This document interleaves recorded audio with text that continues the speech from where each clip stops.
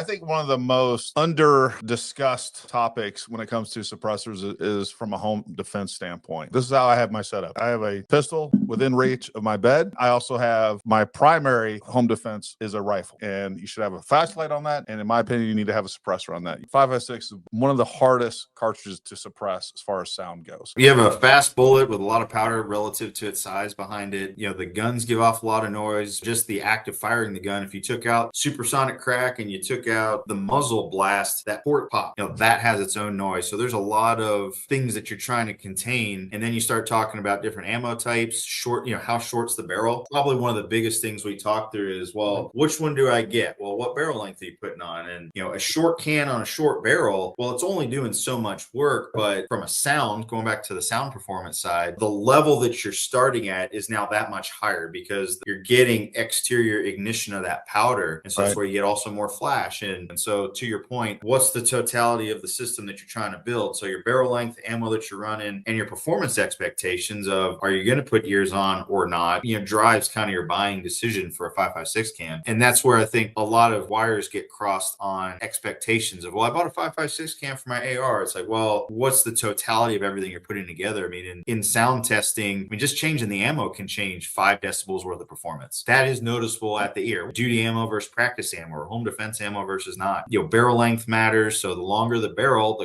the gun's that much quieter. So your unsuppressed value is lower. And then you put the suppressor on it. And so how much more of that are you taking off? But circling all the way back around to home defense, I very much agree. If it's just you living alone, you maybe have time to put ears on and or take the risk. But I've got multiple kids at home. And so I go start cooking 5.56 rounds off inside the house. Well, I have my wife and multiple kids that now are probably going to have hearing damage from saving them or, you know, trying to prevent an issue with good intention, but it's a byproduct of something to be aware of because it is so loud and you're in an enclosed space on top of that. You know, a few other little anecdotes we've heard from that too is within your audience and customer base, you have a lot of government end users as well. And we've had a lot of feedback from agencies starting to really consider, you know, there's the long-term exposure to it, but when they go in to do a good thing of, are they hurting the people that they're trying to rescue? And so the same thing applies to your family. You are your first responder for your family. Right. And so, are you doing everything you can to not cause that issue of, yeah, you saved the day, but what's the cost that goes with that? For those of you, if you've ever done any work doing CQB and things like that, not only, especially in the middle of the night, you're already disoriented. You need as much situational awareness and vision and hearing as possible. And when you're going in there in the dark and you're blasting without a suppressor, you're visually going to be disoriented. From an audio perspective, you're being disoriented. There's no doubt about it.